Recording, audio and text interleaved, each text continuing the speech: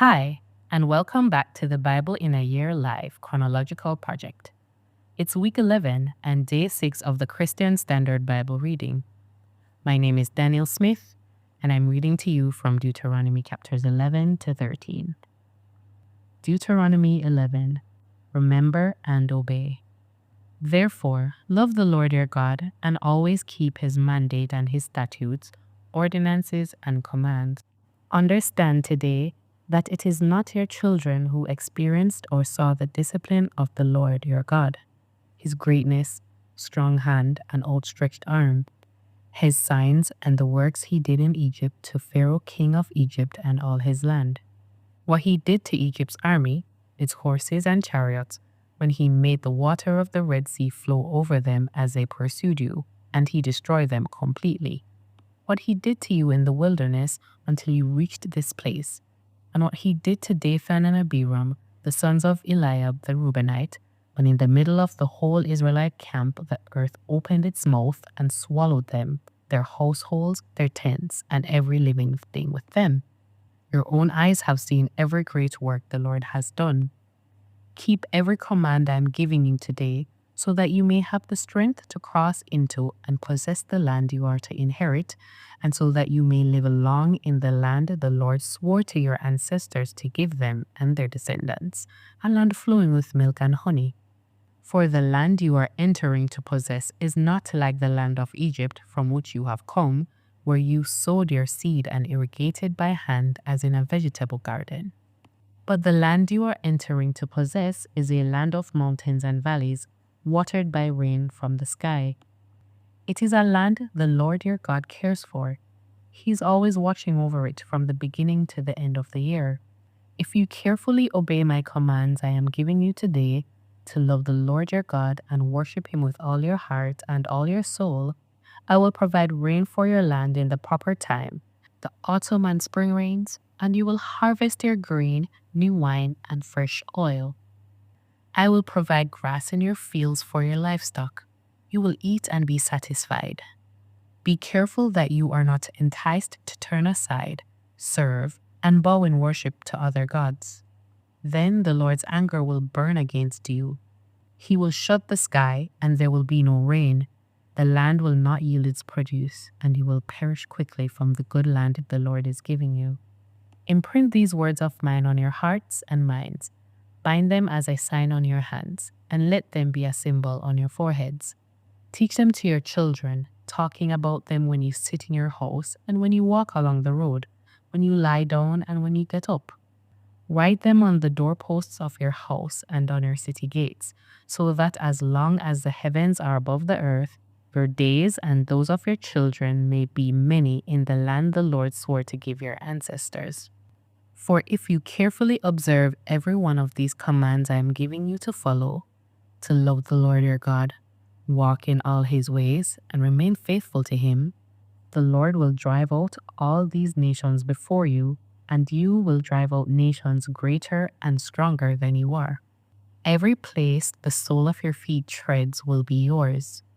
Your territory will extend from the wilderness to Lebanon and from the Euphrates River to the Mediterranean Sea. No one will be able to stand against you. The Lord your God will put fear and dread of you in all the land where you set foot, as he has promised you. A blessing and a curse. Look, today I set before you a blessing and a curse. There will be a blessing if you obey the commands of the Lord your God I am giving you today, and a curse if you do not obey the commands of the Lord your God and turn aside from the path I command you today by following other gods you have not known. When the Lord your God brings you into the land you are entering to possess, you are to proclaim the blessing at Mount Gerizim and the curse at Mount Ebal. Are these mountains across the Jordan, beyond the western road in the land of the Canaanites who live in the Arabah, opposite Gilgal, near the oaks of Moreh? For you are about to cross the Jordan to enter and take possession of the land the Lord your God is giving you. When you possess it and settle in it, be careful to follow all the statutes and ordinances I set before you today. Deuteronomy 12, the chosen place of worship. Be careful to follow these statutes and ordinances in the land that the Lord, the God of your ancestors, has given you to possess all the days you live on the earth. Destroy completely all the places where the nations that you are driving out worship their gods, on the high mountains, on the hills, and under every green tree. Tear down their altars, smash their sacred pillars, burn their Asherah poles, cut down the carved images of their gods, and wipe out their names from every place. Don't worship the Lord your God this way. Instead, turn to the place the Lord your God chooses from all your tribes to put his name for his dwelling and go there. You are to bring there your burnt offerings and sacrifices, your tithes and personal contributions, your vow offerings and free will offerings, and the firstborn of your herds and flocks. You will eat there in the presence of the Lord your God and rejoice with your household in everything you do, because the Lord your God has blessed you. You are not to do as we are doing here today. Everyone is doing whatever seems right in his own sight. Indeed, you have not yet come into the resting place and the inheritance the Lord your God is giving you. When you cross the Jordan and live in the land the Lord your God is giving you to inherit, and he gives you rest from all the enemies around you, and you live in security, then the Lord your God will choose the place to have his name dwell. Bring there everything I command you, your burnt offerings, sacrifices, offerings of the tenth, personal contributions, and all your choice offerings you vow to the Lord. You will rejoice before the Lord your God, you, your sons and daughters, your male and female slaves, and the Levite who is within your city gates, since he has no portion or inheritance among you. Be careful not to offer your burnt offerings in all the sacred places you see. You must offer your burnt offerings only in the place the Lord chooses in one of your tribes, and there you must do everything I command you. Slaughtering animals to eat. But whenever you want, you may slaughter and eat meat within any of your city gates, according to the blessing the Lord your God has given you.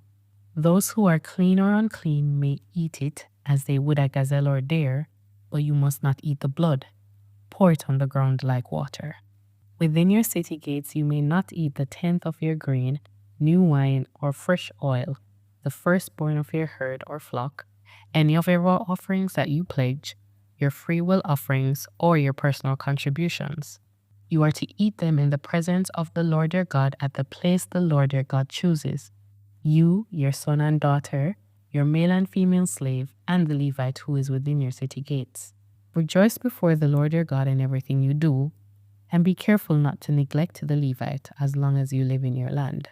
When the Lord your God enlarges your territory as he has promised you, and you say, I want to eat meat, because you have a strong desire to eat meat, you may eat it whenever you want. If the place where the Lord your God chooses to put his name is too far from you, you may slaughter any of your herd or flock he has given you, as I have commanded you, and you may eat it within your city gates whenever you want. Indeed, you may eat it as the gazelle and deer are eaten. Both the clean and the unclean may eat it. But don't eat the blood, since the blood is the life, and you must not eat the life with the meat. Do not eat blood. Pour it on the ground like water. Do not eat it, so that you and your children after you will prosper, because you will be doing what is right in the Lord's sight. But you are to take the holy offerings you have and your vow offerings and go to the place the Lord chooses. Present the meat and blood of your burnt offerings on the altar of the Lord your God. The blood of your other sacrifices is to be poured out beside the altar of the Lord your God, but you may eat the meat. Be careful to obey all these things I command you, so that you and your children after you may prosper forever, because you will be doing what is good and right in the sight of the Lord your God. When the Lord your God annihilates the nations before you, which you are entering to take possession of, and you drive them out and live in their land, be careful not to be ensnared by their ways after they have been destroyed before you. Do not inquire about their gods, asking, how did these nations worship their gods? I'll also do the same. You must not do the same to the Lord your God, because they practice every detestable act which the Lord hates for their gods. They even burn their sons and daughters in the fire to their gods. Be careful to do everything I command you. Do not add anything to it or take anything away from it. Deuteronomy 13. The false prophet. If a prophet or someone who has dreams arises among you and proclaims a sign or wonder to you, and that sign or wonder he has promised you comes about, but he says, let's follow other gods, which you have not known, and let's worship them. Do not listen to that prophet's words or to that dreamer.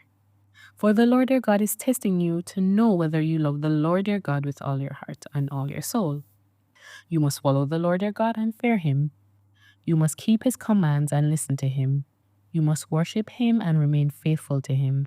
That prophet or dreamer must be put to death, because he has urged rebellion against the Lord your God, who brought you out of the land of Egypt and redeemed you from the place of slavery, to turn you from the way the Lord your God has commanded you to walk. You must purge the evil from you. Don't tolerate idolatry. If your brother, the son of your mother, or your son or daughter, or the wife you embrace, or your closest friend secretly entices you, saying, let's go and worship other gods, which neither you nor your ancestors have known, any of the gods of the peoples around you, near you or far from you, from one end of the earth to the other, do not yield to him or listen to him. Show him no pity, and do not spare him or shield him. Instead, you must kill him. Your hand is to be the first against him to put him to death, and then the hands of all the people. Stone him to death for trying to turn you away from the Lord your God who brought you out of the land of Egypt, out of the place of slavery. All Israel will hear and be afraid, and they will no longer do anything evil like this among you. If you hear it said about one of your cities the Lord God is giving you to live in, that wicked men have sprung up among you, led the inhabitants of their city astray, and said, let's go and worship other gods which you have not known, you are to inquire, investigate, and interrogate thoroughly. If the report turns out to be true that this detestable act has been done among you, you must strike down the inhabitants of that city with the sword. Completely destroy everyone in it, as well as its livestock, with the sword. You are to gather all its spoil in the middle of the city square and completely burn the city and all its spoil for the Lord your God. The city is to remain a mound of ruins forever. It is not to be rebuilt.